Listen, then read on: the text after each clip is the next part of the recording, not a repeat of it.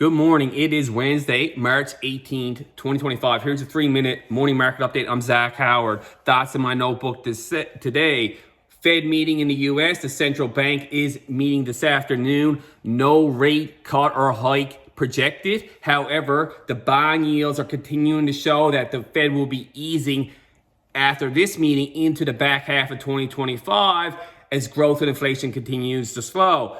The U.S. yield curve is pricing in 2, potentially 3 rate cuts starting May, June, and that's kind of lining up for a tailwind for further elevation in gold prices as it continues to make all-time highs here. Looking through the lens of some of the opportunities in that space as it carries over to the gold miners. Gold miners, there's a bunch of them out there have all-in sustaining cost at less than $1,500 an ounce. Now they're selling gold at $3,000 plus an ounce. Huge free cash flow margins in that space if you really want to pay attention to certain names. There's good ones out there if you want to do the work.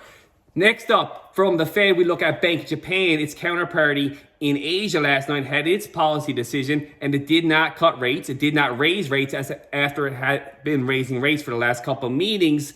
Slowly off the bottom of that 0% policy. They've had even a negative interest rate policy for so long.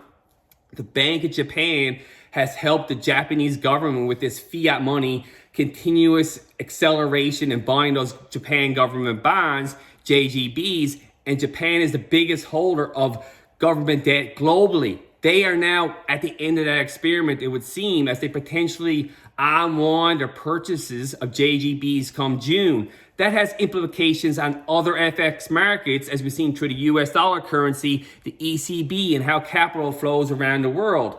First in, first out. Japan was the first central bank that really enacted this yield curve control policy, YCC. Will they be the first ones out and have this debt jubilee?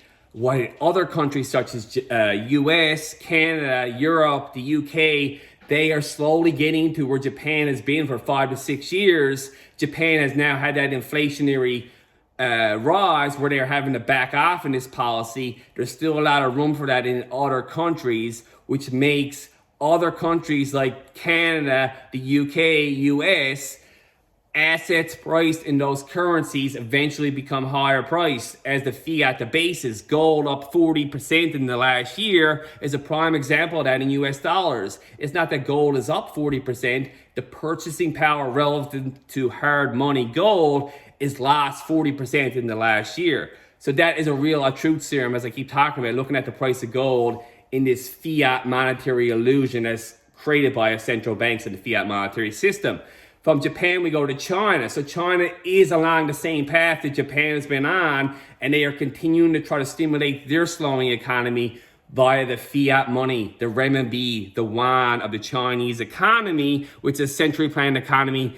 The communist CCP come out and said they want to stimulate by having people own stocks for longer, incentives to own stocks, incentives to take on more risk, higher minimum wage, all leads to higher cost of living eventually when that release valve of a weaker Chinese currency gets released to the market. 1.99, 1.90% 30-year bond yields in China really tells that tale that they are at the currency debasement acceleration stage as well.